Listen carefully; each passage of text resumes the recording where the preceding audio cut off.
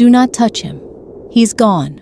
The words were spoken at 11:47 in the evening in a hospital corridor where the overhead lights had been reduced for the night shift, and the cardiac monitor inside the observation bay had been producing a flat, unmodulated tone for the preceding 3 minutes. The physician who spoke them had spent the prior 23 minutes overseeing the complete execution of acute cardiac emergency protocol, 3 cycles of cardiopulmonary resuscitation, 2 defibrillation attempts, pharmacological intervention at the specified intervals. He was not being careless. He was being accurate. He was communicating with the particular economy that trained professionals acquire over years of this kind of work, that the full capacity of human medicine in that moment had been deployed, and that deployment had returned nothing. This is Miracle Ledger. I am Clair. Tonight, we open a file that several of the people present in that corridor have not discussed publicly since the night it occurred. What the documentation contains is not a story assembled after the fact. It is a sequence of clinical entries, time-stamped chart observations, and formal committee findings recorded in real time. And what those entries show is an event for which the hospital's own internal review committee could not identify a mechanistic cause. The man at the center of this record was 61 years old, with a managed cardiac history documented across the prior 18 months of clinical treatment. He collapsed in a public space at approximately 11:20 that evening. Emergency services arrived within 7 minutes, within protocol. By the time the ambulance reached the emergency bay, the team had completed 3 full cycles of cardiopulmonary resuscitation. The defibrillator had been applied twice at the standard charge intervals. An epinephrine had been administered in sequence at documented dosage. Every step of the acute cardiac protocol had been executed in order, within the timeframes the protocol defines, by a team whose chart entries record no deviation from standard procedure. Flatline at 11:44, flatline at 11:45. At 11:46, the senior attending confirmed with the charge nurse that no available intervention remained undeployed. At 11:47, the physician stepped through the door into the corridor where the family had been asked to wait and delivered the conclusion the documentation supports that the clinical team had applied everything within the reach of human medicine, and that the reach of human medicine had now been exceeded. The family was present. 2 bystanders, not staff, not family, stood without speaking near the waiting area entrance. If you have ever stood in a corridor like that one, where institutional authority delivers a sentence that closes a door from the outside, leave a word in the comments below. The ledger does not move through these accounts quickly, and it does not move through them alone. You need to hold what that corridor represented at 11:48, and you need to hold it not as narrative, but as architecture. Every element of the human emergency response system had reached its structural boundary. The equipment had been applied correctly, completely, without deviation from procedure, and had registered nothing it could work with. The trained professionals had reviewed the data in real time, in sequence, without omission, and had reached the clinical conclusion their data required them to reach. The discharge documentation was being initiated, not out of institutional carelessness, but as the procedural step that the same institutional logic governing every prior decision in that emergency bay now required them to perform. This is what total depletion of human options looks like. Not chaos, not negligence, not systems breaking under pressure. It looks like systems functioning precisely as designed, arriving without error, and without deviation. At the conclusion, those systems were built to reach when no other conclusion is available to them. The family stood in the corridor. The charge nurse had the paperwork in front of her. The physician had returned to the observation bay. The clinical consensus had been formally reached, entered into the chart, and was being acted upon by people who do this work with competence and without hesitation. Human logic does not announce its own ending. It does not collapse dramatically. It arrives at its boundary and stops. The record shows that the boundary was reached completely on that night. Not approximately, not partially. The monitor had been producing no rhythm for 6 minutes. No pharmacological agent remained in the protocol that had not already been administered. The defibrillator had been powered down per standard post-declaration procedure. The senior physician had made his statement. The paperwork had begun. Every mechanism that emergency medicine places between a patient and a final outcome had been deployed in this case, and none of them had changed the result. Human confidence in its own instruments is not wrong. It is simply incomplete.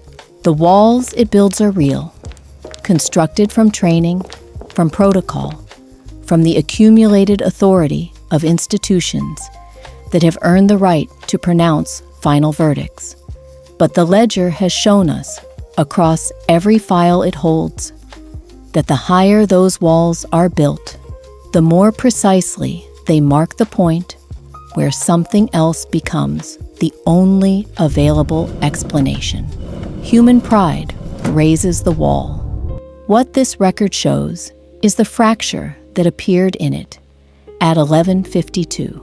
The record for this night would not remain where the paperwork was placing it. What the chart shows is the reason this file exists, and the reason it is being opened tonight. If you have stood at the edge where institutional authority ran out of answers, leave a mark below. And if you are new to this archive, subscribe. We document these accounts precisely because the corridor is not always the final word. The phrase reached me the way that certain sounds do in a state of acute attention, not processed by the ears first, but by the body. The air in that corridor changed density. Do not touch him. He's gone. I remember the quality of the fluorescent light, how it flattened everything it touched and made the walls indistinguishable from the floor. I remember that my shoes were slightly wet from the rain outside, and that this detail was the thing I remained aware of in the seconds after those words were spoken, for reasons I have never been entirely able to explain. My hand was already in my coat pocket. The metal had been there since before we left the house that evening. A small, worn disc of St. Jude, its surface no longer reflective, its edge made slightly rough by years of handling. I did not make a deliberate decision to close my fingers around it. I remember that my fingers were already closed and that the act had required no decision at all. There were other people in that corridor. None of them were watching me. The bystanders who had been in the waiting area remained where they were, still, silent, not hostile, not indifferent, simply arrested in the particular motionlessness that follows a medical declaration in a shared space. Their silence was not cruelty. Looking back now, with the clarity that the full record provides, I understand it differently. The stillness of every person and every machine in that corridor, the complete, uninterrupted quiet that settled into it after the physician's words, was not the silence of an ending. It was the precise condition under which something outside the human framework could enter without competition. I said the words of the novena, not with expectation, the way you say the words of something that has been true for longer than any particular outcome, with the quality of a steady hand reaching for what it already knows how to hold. For those who carry this faith, we understand that intercession does not announce itself in advance or present a set of conditions. Its signature is its quietness, working through the gap between what the chart can document and what the chart ultimately shows. I was not expecting anything. And then the monitor in the observation bay produced a sound. The complete documentation of the sequence that followed is available in the description below for those who wish to examine the timeline directly. If the weight of this chronicle is finding its way into something you carry tonight, take a moment to join this circle, subscribe to Miracle Ledger, and help us preserve these documented accounts for the people who are waiting for them. We keep these files open because no one should sit in that corridor without knowing that others have stood in the same place, and that the record has not always remained where the physicians left it. The cardiac monitor in the observation bay registered a measurable cardiac rhythm at 11:52 that evening, 5 minutes and 14 seconds after the physician's formal declaration. The charge nurse, who was at that moment completing the initial declaration documentation, reported in the subsequent case review that she initially attributed the reading to equipment malfunction. She checked the lead connections. They were secure. She called for the attending physician. The physician's return to the observation bay is logged in the chart at 11:53. His entry at that timestamp reads, "Spontaneous cardiac activity, origin undetermined." He ordered immediate reassessment. A second nurse was called independently and confirmed the reading without being informed of the physician's notation beforehand. The defibrillator unit, which had been powered down in accordance with standard post-declaration protocol, was reactivated. By the time the full attending team had reassembled, a process the chart records as taking approximately 3 minutes, the cardiac rhythm had stabilized to a sustained, measurable pattern with no subsequent deterioration observed in the monitoring window. The hospital's internal medical committee conducted its formal review in the weeks following the incident. The pharmacological analysis established that epinephrine administered during the resuscitation phase had a documented elimination half-life, placing its effective plasma concentration well below the therapeutic threshold at the time of the spontaneous recovery. No additional medication had been administered in the interval between the physician's declaration and the monitor's registration of rhythm. No physical intervention of any kind had occurred in that window. The defibrillator had not been used again.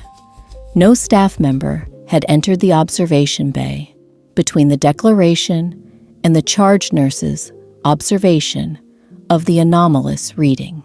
The committee's formal summary document contains the following entry, and I want you to read it with the attention it deserves. No mechanistic cause for the return of cardiac function was identified within the parameters of this review. That is not a subjective account. It is not a personal testimony assembled from memory. It is the committee's own language, in their own documentation, entered into the institutional record. No mechanistic cause identified. Human logic reached zero at 11:47. The monitor registered something at 11:52, for which the committee's subsequent review, conducted by trained professionals examining their own case sequence, produced no explanation. Human pride builds high walls. The record for this case is officially entered. The unexplained remains a living entry in this archive. The complete timeline, including committee citations and chart entry sequence, is available in the description for independent review. Here is what the record asks of you, and it asks it precisely, not certainty, not the suspension of rational inquiry, The documented sequence stands without either of those requirements because the committee's own language is part of the document. What the record asks is something more specific: the willingness to remain with the gap between 11:47 and 11:52, the gap between the discharge paperwork being prepared and the physician's notation entered 4 minutes later, the gap between no mechanistic cause identified, and the question that entry leaves permanently open in every honest mind that reads it. The professionals who worked in that emergency bay were not failing. They applied their training completely, reached the boundary of what training can produce, and then documented what they found on the other side of that boundary with professional honesty. That is the most credible form of institutional witness available. Not a practitioner arguing for a conclusion, but a committee acknowledging the edge of its own explanatory framework. They did not fill in the gap. They entered it into the record. That distinction matters. This is the work of the archive, to hold those gaps open. Every account this ledger preserves represents a moment where human capacity reached zero, and something else entered the record. Not as mythology, not as manufactured comfort, but as time-stamped entries, formal summaries, and the statements of credible witnesses who were present and who documented what they witnessed. If you are carrying a closed file, a diagnosis declared final, a situation placed beyond institutional remedy, bring it to the comments. The ledger holds room for it. Share this account with someone waiting in their own corridor. Subscribe to this archive because the next file is prepared and the next account is waiting for a witness. We document the unexplained, not to win an argument, but to preserve the record for those who need to know that the gap exists and that it has been entered before and witnessed and kept open. The account that carries no mechanistic explanation, that survives institutional review without being closed, that remains a living entry in the formal documentation of a hospital's own committee. That is not a story. That is the category of evidence this archive was built to hold open, and it belongs to every person who has ever needed to know that the boundary is not the end. We will see you in the ledger.